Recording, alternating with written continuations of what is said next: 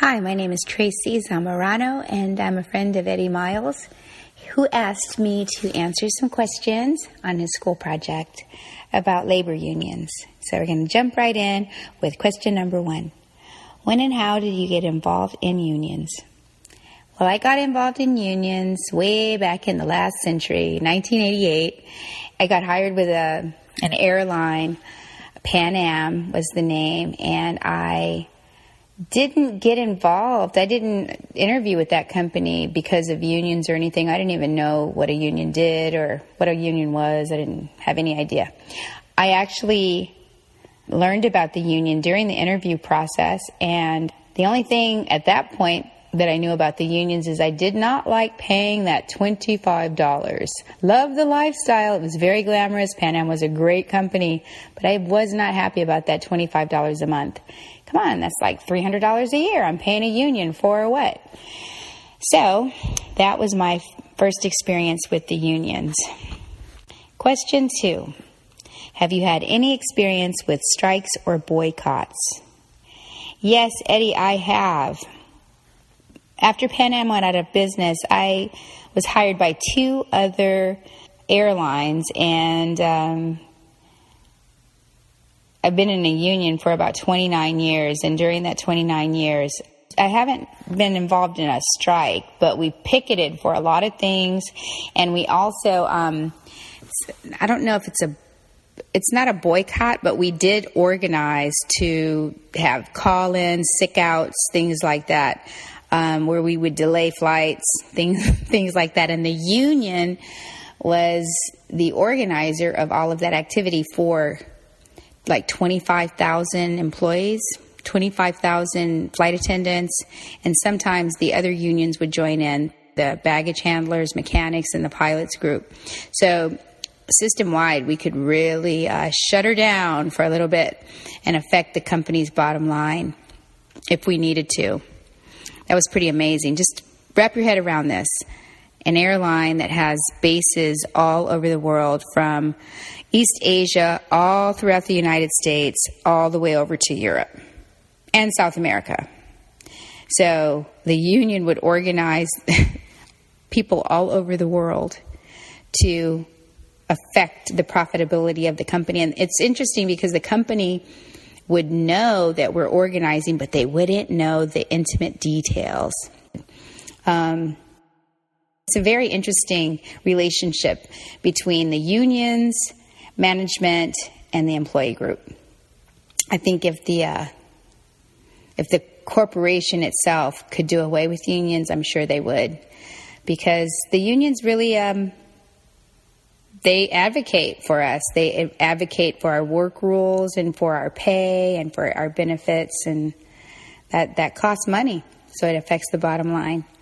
So, yes, we have boycotted in a way when we do our days of action. The day of action is what it's called, and it's chaos is what we we wear our green T-shirts with chaos on the front, and that's exactly what happens when management has to step in to try and do our jobs because we've all called in sick for 6 hours or for a 24-hour period. Very interesting to see. All right. Question number 4. How have unions protected your interests? I have some really good examples of the union really saving me and protecting my interest in my career as a flight attendant. When I was with Pan Am, we had a really horrific event happen. It was Pan Am 103. The plane blew up over Scotland, Lockerbie, and I had been flying with that crew. We were a common crew that came over to the United States and did some flying and shopping and hanging out and ice skating in New York and shopping in at Pike's Place Market in Seattle. And half the crew stayed in the United States. I was part of that crew. And then half went to Europe. And when they got on the plane in Frankfurt, there was a bomb threat on the that Pan Am had received, and they pulled some passengers off. They pulled off some diplomats and some military personnel, but they were not required to let the crew know or the other passengers that there was a bomb threat, so people had a choice to stay or, to proceed. So when the plane took off, it made it to London fine, but I guess some other passengers got on, and the person who was carrying the bomb got on in London, and when the plane took off, not long after takeoff, it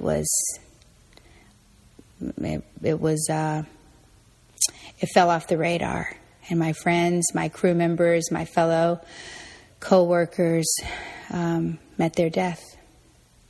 And we didn't know this information about Pan Am having the bomb threat until later, of course. And I was in post-traumatic stress. It just took me down. So the union protected my job.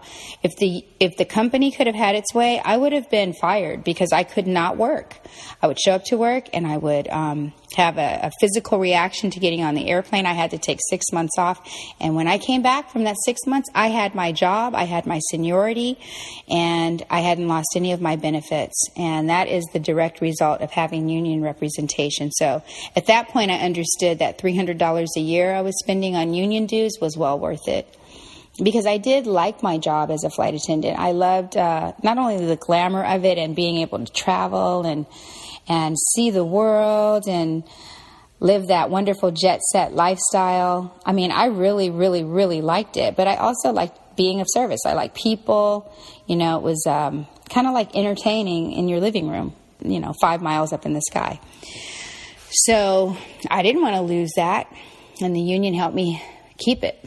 And that was one protection. And then another one was the union advocated for our flight attendant group for us to be notified. And the pilots did too. So the two unions were working together to make sure that there was a rule in place, a contractual rule in place, that we would have the option to leave we would have to be notified. That was one part. And that we had the option to step off the airplane without the threat of losing our jobs, our careers. And that was implemented really quickly. And that's another protection. And that actually eventually became an accepted policy with other airlines as well. So that was really something that the International Union of Flight Attendants, that was the Pan Am union that I belonged to. That was another protection that I received. Okay, question number 5. What are the drawbacks of being in a union? Well, it can bog down some progress. There's one airline that does not have a union, and they seem to do okay. I think the union can protect lazy workers. And unfortunately, we do have a few. Not very many, but we have a few. And, it just, that part kind of sucks, but that's the only real drawback of being in a union that I can see. And it does cost. It's not $25 a month anymore. Overall, my experience in being in a union has been really good. It's been fun to be a part of a group that feels protected in our job. And collective bargaining is really an experience. It really is. Speaking of which, I realized I skipped a question. Question number 3. Do you have experience with collective bargaining? Yes, I do. One great one, quick. While at United, we were operating without a contract for 7 years. So that entire 7 years, we were in collective bargaining. The company and the union trying to come to some meeting of the minds over the issues that were important to both sides. The company, of course, wanted to cut our wages, which they did, and the union fought back. And eventually, we ended up with, or we won. We didn't end up with it, but we won almost a $20 raise. So the company took some liberties while we didn't have a contract, but once we got our contract, we won all of that back. Collective bargaining is something else. And I guess that concludes our interview, Eddie. And Thank you for allowing me to do this. This has been fun. And I'll see you in the friendly skies. Bye-bye.